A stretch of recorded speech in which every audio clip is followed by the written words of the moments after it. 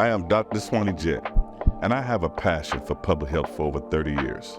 Now, I'm in a position to affect change. And these are the critical conversations about health in our community with the people who can help me make those changes.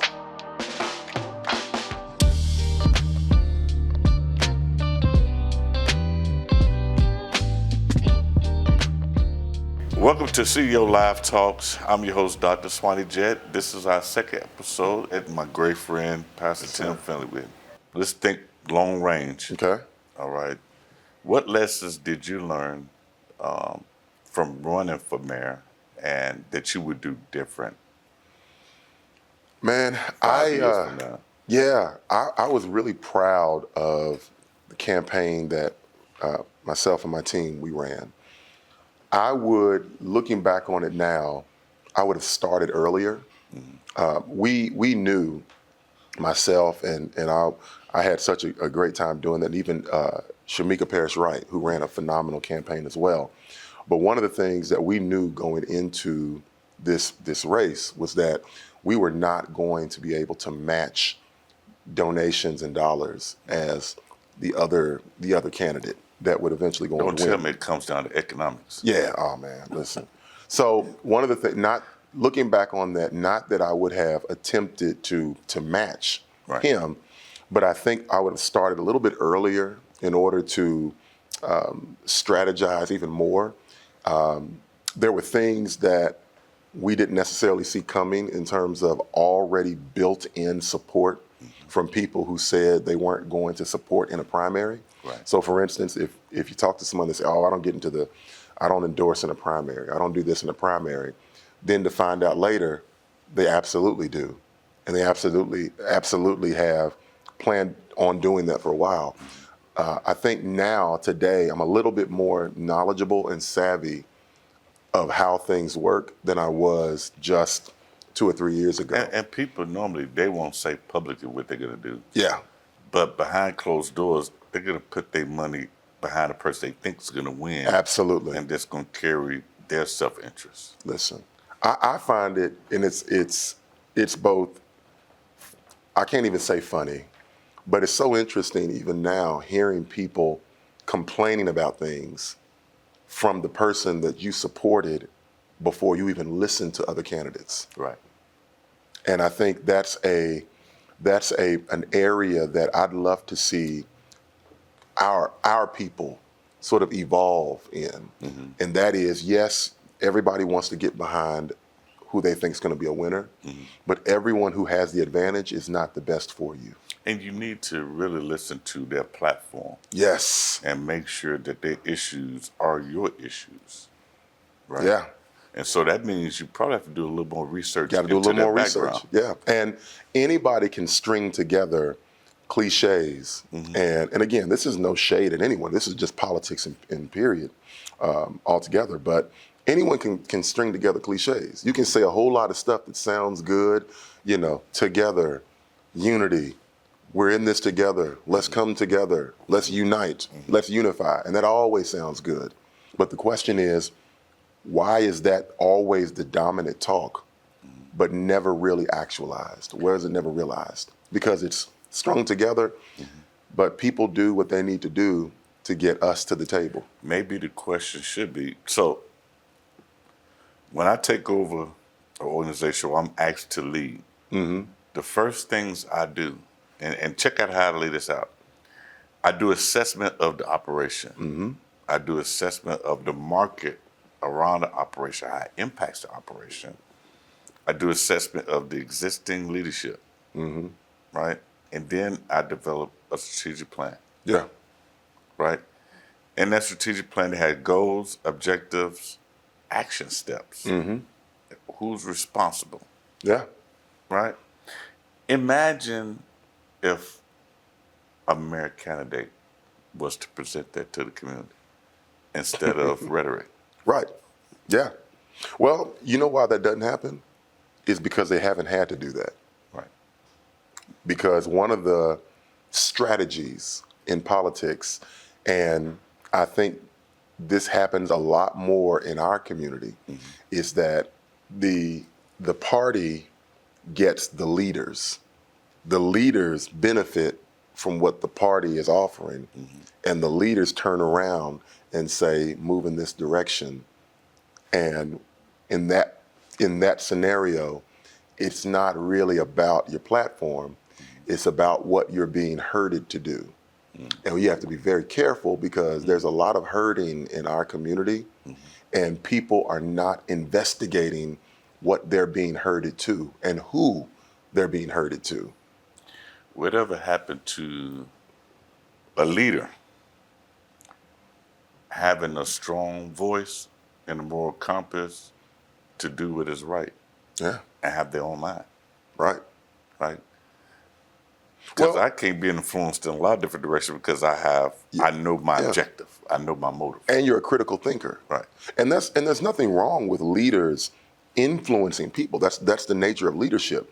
But to your point, there's too many times where the leader, without that moral compass and integrity, is being bought and paid for. And bought and paid for is not even always on its face, meaning there's an exchange of currency. Right. But bought and paid for means the promise of positions, the Right. promise It's a of bartering things. system. And it's those kind of things that we end up playing into the very things that are detrimental to our community, because we're branding and selling or pushing a lack of critical thinking in our community and saying, hey, from a faith perspective, one of the things that the Bible teaches, and I say it to my congregation all the time, there's a scripture in the Bible where the Apostle Paul is talking about this Berean church, and he says, listen, they didn't just take my word for it.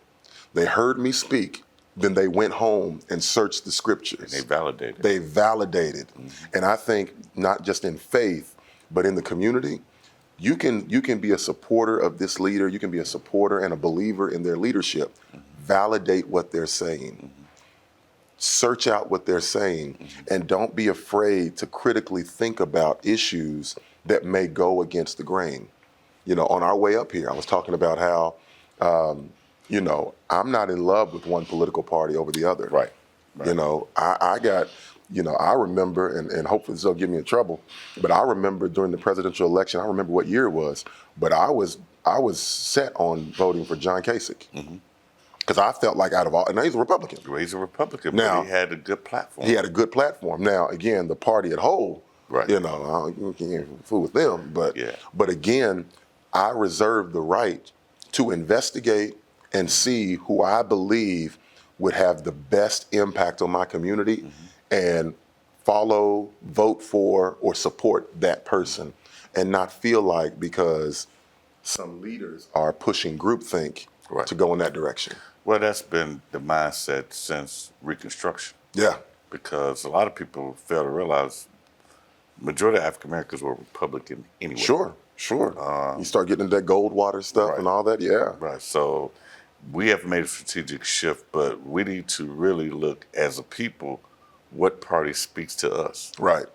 Right. And it might not be Republican, Democrat, it might be independent. Right. But if you run as an independent, you just know you don't have to Yeah, call right. My dad used to say all the time, just thinking about, those sayings. He used to say, the reason why I vote Democrat, it's not because I trust Democrats so much more than Republicans. He said, Democrats give me more time to strategize. He said, the Republicans will shoot you immediately.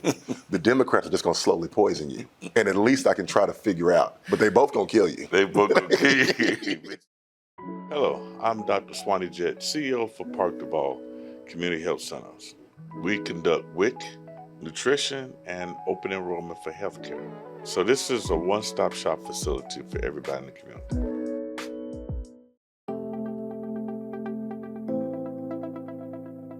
Hello, my name is Sierra Clark, and I'm the Chronic Disease Manager at Park Duval Community Health Center. Ever since I started at Park Duval over 9 years ago, I have been committed to helping patients live healthier lifestyles. I am currently serving patients in the Chronic Care Management Program, or CCM program. My team and I help patients manage their chronic conditions such as obesity, high blood pressure, high cholesterol, and diabetes. In this CCM program, you will receive several benefits to help you manage your health. We offer monthly telephone calls to check in with your progress and to assist you with any concerns. assistance with scheduling your healthcare appointments, and assistance with filling your prescriptions in a timely and convenient manner. We also offer many resources to help you with the barriers you may face with eating healthy, being physically active, or monitoring your conditions at home. For more information, visit us online at pdchc.org or visit one of our health centers. Hello, I'm Dr. Swannie Jett. Please make sure you visit one of our 5 locations, not only in Louisville, but outside of Louisville and surrounding areas. Thank you. So, let's say you're elected, which I hope you are. How would you educate the community? Because you have to have several different modes Sure. to educate them on what's going on. Because I saw the bills, but I subscribed to certain things. Sure. And they came across my desk. But you have to be very crafty in alerting the community in terms of having that voice. Man, I'll tell you, and my answer is simple. I would bring people into chamber. And what I mean by bring people into chamber, not necessarily bring all of Louisville into the physical chamber. That might need to be. But it may need to be the case. But I would expose what's going on there and the behind the scenes and educating people. When you talk about exposing, we often look at that as negative. But people, in terms of being educated about the bills and knowing exactly how these are going to have an effect. Many of those bills that are trying to be sneaked past us in the midnight hour, exposing folks to what's really going on and showing people how detrimental this legislation is and how the legislative process works and where they need to show up and organizing the kinds of, rallies where people can be present to, again, engage in this process. That's what I want to do. So, with that being said, you will create enemies, Absolutely. right? And they would throw mud. Are you prepared to deal with that aspect? Nothing in this world prepares you for mud being thrown your way like pastoring. Right. If there's anything that has prepared me for being second guessed, picked apart, talked about, it's pastoring people. But even going further than that, that's a part of, if you're not prepared and ready for that, you cannot get into politics. Okay. Because it is unfortunately, dirty, grimy, it's a dirty, grimy game. So, and again, my faith is one that I believe if God is with me, it doesn't mean that he'll stop all the mud from being thrown, but that mud's not going to stop me. Okay. Let's talk about your faith, and what gives you that insight, motivating factor to do certain things. Purpose. And I know that sounds very, very cliche, but this is what drives me every day. I literally feel like God has me right where he wants me, that this is a part of my purpose, assignment, and destiny. And the reason why for me that's not cliche is because when I deal with challenges, when I deal with the consequences of taking certain stands and knowing that you're going to come under fire and come under attack, what keeps me in this place is knowing that I am not here by myself. Right. That God has me. And it helps you to deal with fear, because I'd be lying if I said there aren't times where you're not somewhat apprehensive about taking certain stands and knowing what's about to happen. But what keeps me going, what keeps me pushing is realizing that God has a plan for me, that God has me right where he wants me, and nothing can happen to me. Nothing can stop what God has already preordained for me. And for me, that's every day, every single day. And with that, do you have the ability to have premonition to see what might be coming? I do. I certainly believe that God reveals and speaks and prepares you. I believe that he does that. So there are certain things that I see even now that I believe God is taking me to. there are other things that I may not see, but God is preparing me emotionally and psychologically for things that that I may not even be familiar with right now, Right. but I'm trusting Him. And I do again believe that everything happens. There's no accidents. It's no Everything accidents. happens for a reason. I believe that God orders steps. I believe that God has every outcome already secured, and there's protection and there's favor. Our job is just to walk by faith, trust Him, and whatever comes, as an old church would say, come what may. I'm gonna keep doing the right thing, living with integrity, and speaking for those who don't have a voice. It's interesting you say that, and you can appreciate this. So it's a question twofold. One, as I walk into scenarios, I always have a vision. And so my life has predicated and promoted me to this position today with purpose. I have a vision, I have premonition of where we're going, Sure. right? And where I'm taking an organization. How difficult it is to influence people that don't have the vision to lead them in a direction that you think you want them to go, or you believe you want them to go. Man, that's the nature of leadership. When we think about, as CEOs, as leaders, as those who literally move organizations, the quality of any effective progressive leader is that you have to have a vision. Right. That, again, goes back to scripture that I believe, where there is no vision, the people run wild, the people perish. So we understand that there is a need for vision, but the challenge is that many times you are leading people that don't know that where you're leading them to, they need to go. Right. And they fight against leadership, not understanding many times that where we're trying to get to is a place of whether it's prosperity, greater effectiveness, whatever the case may be. And that's why many times it's a lonely place to be a leader, because you see what other people may not see. Right. And you're preparing and driving in a way that other people may not appreciate. But that's why leadership is not for the faint of heart. It is being able to say, I see it, I believe one day you're gonna see it, but until then, trust me. And even if you don't trust me, be obedient and follow me, because we're gonna get there. And there's gonna be bumps along the way. And unfortunately, I often go back and reflect to an article I read, Survival Guide for Leaders. So, court the uncommitted. Yeah.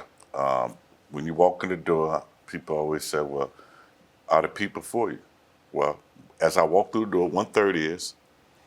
1/3 is on the fence. Right. And 1/3 I will never be committed. Yeah. Yeah. Right. So I'm gonna court the third that's on the fence. Sure. Now I got 2/3. The other third, I might have to push them out. Yeah. I'm so sorry. Yeah. That's just what it is. 'Cause you're not moving while You I'm ain't gonna going. move. Yeah. And you don't have the vision. Yeah. So And they're gonna fight you as you pushing them. right. So as the ark being built, once I get all the animals in, Yeah, man. I'm gonna let you drown. But I got to go. You got to.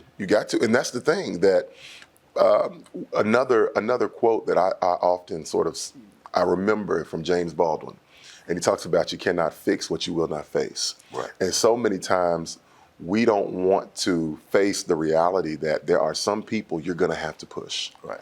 It doesn't always mean they're bad people, but it may be that whatever trauma they're dealing with, whatever lack of trust they're dealing with, I'm going to have to do creative pushing, because if not, you are not going to come. So it used to be move your cheese. I don't move people's cheese. I take your shoes. And I move your shoes. Because your body got to follow. Yeah. And sometimes, I used to tell my wife that, she'd be like, I'm stuck. Don't worry about it. Yeah. I'm going to move you. Yeah. You don't push me again. Well, that's the nature. Listen, to me, that's the best leaders. Those who know how to, first of all, evaluate who they're leading. You talked about it, and that's a sign of a great leader. You come in the door knowing 1/3 is this, 1/3 is this, and 1/3 is this. Each one of those thirds is a different strategy. Right. This third, y'all rolling with me no matter what. Right. This third, I'm gonna have to do a little convincing because you on the fence. Right. And show. This third, I'm gonna have to get creative and move your shoes. Right. Because you are not gonna go unless I do Not that. going. And that is, to me, thoughtful leadership that knows how to evaluate and strategize. So now I know how you got the job at ElderServe. Man, yeah. I know how you transition. ElderServe, man, that was interesting. Right. Coming out of the mayoral race, I got a call and they said, hey, we want you to meet with the board chair. And at that time, I didn't know a lot about ElderServe. And we sat down and they asked me to be a part of the board. So I got on the board, and within maybe a month, they offered me the role of CEO. I didn't apply for it. I didn't ask for it. It was, and I'm thankful for that. Right. But they offered me that role. And at the time, ElderServe was closed down because ElderServe closed during the pandemic. Had already had some challenges already financially. But of course, the pandemic happens and really sort of exacerbated what was going on. So when I take that role, I'm the only employee. Hello, I'm Dr. Swannie Jett. Please make sure you visit one of our 5 locations, not only in Louisville, but outside of Louisville and surrounding areas. Thank you.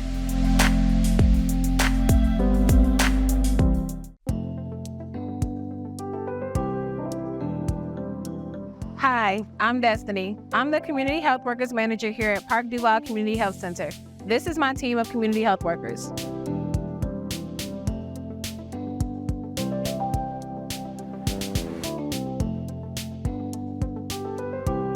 Community health workers close care gaps, reduce barriers to care, and address health disparities in our community. Community healthcare workers act as a bridge between the patient and the provider to stay engaged in the healthcare plan. CHW strives to work as committed care team members for PDCHC, for current patients, and to provide access to those who need a new medical home. For more information, please visit pdchc.org or visit one of our centers. Thank you. Hello, I'm Dr. Swannie Jett, CEO for Park Duval Community Health Centers. We conduct WIC, nutrition, and open enrollment for healthcare. So this is a one-stop shop facility for everybody in the community. The Park Duval has 7 sites, which a lot of people are not aware. We in Russell, on 15th and Broadway. We in Newburgh area, on the Butcher site. We in Taylorsville. There is nothing out there. Nothing. There's not a lot of services. We're in Henry and Eminence. A lot of people are not aware of that. But one of the things through my journey that I saw that happened to elders really happened during COVID. Yeah. I was the health commissioner in Brookline, Massachusetts, so I was quarantining people starting in January 2020. Most of the deaths that happened in Brookline were in nursing homes. Yeah. So we actually went in and inspected, and I threatened to close with them because to me it was more of abuse. And Yes, sir. of course the family members could not even go in Yeah. and see their loved ones. So a lot of them end up dying without somebody being beside Yeah. them. That social isolation was. And in the bed. So, I commend you for doing that.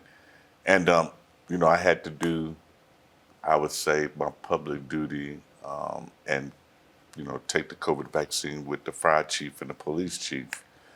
And I tried to do that publicly so people would get the vaccine because it really was impacting African American people at a high rate. But how did you deal with that at the time being a pastor? And I know you took the vaccine to we did promote ours it. at the Urban League with Sadiqa and a few other folks. So yeah, and I appreciate your leadership during that time too, man. Yeah, it was a scary time.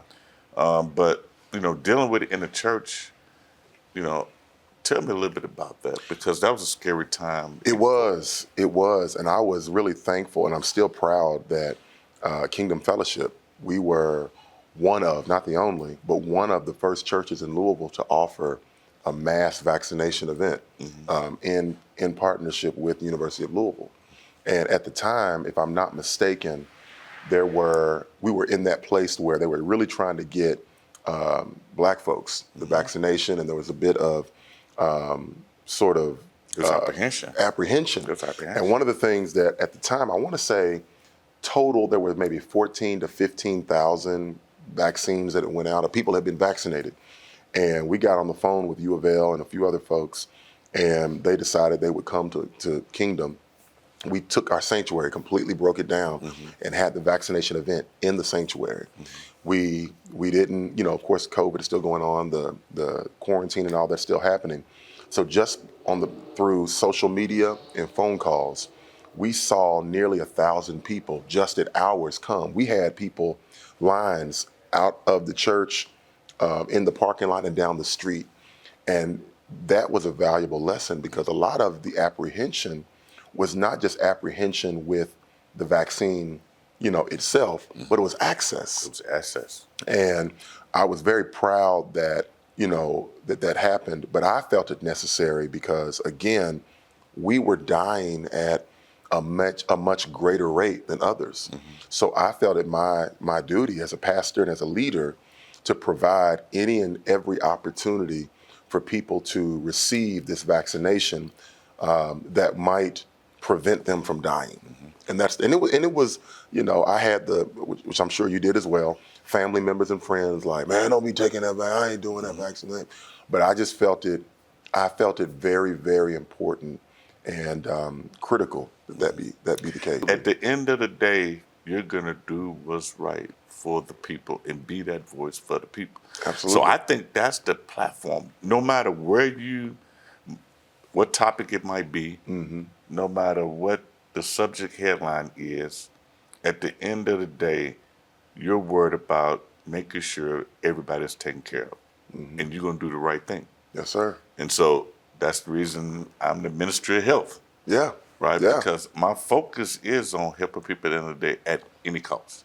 Yeah. And just your presence alone as a Black man in this role is so inspiring. And I think even with some of the behavioral challenges that we see in JCPS, we need to see more like you and more of you, because just your presence again is so inspiring and influential. So I commend you, man, as I've said to you before, that we need more Dr. Swannie Jetts in Louisville. We need more Tim Findley. My man. And I need that watch, because that has distracted me the whole time. That watch can pay for my whole campaign.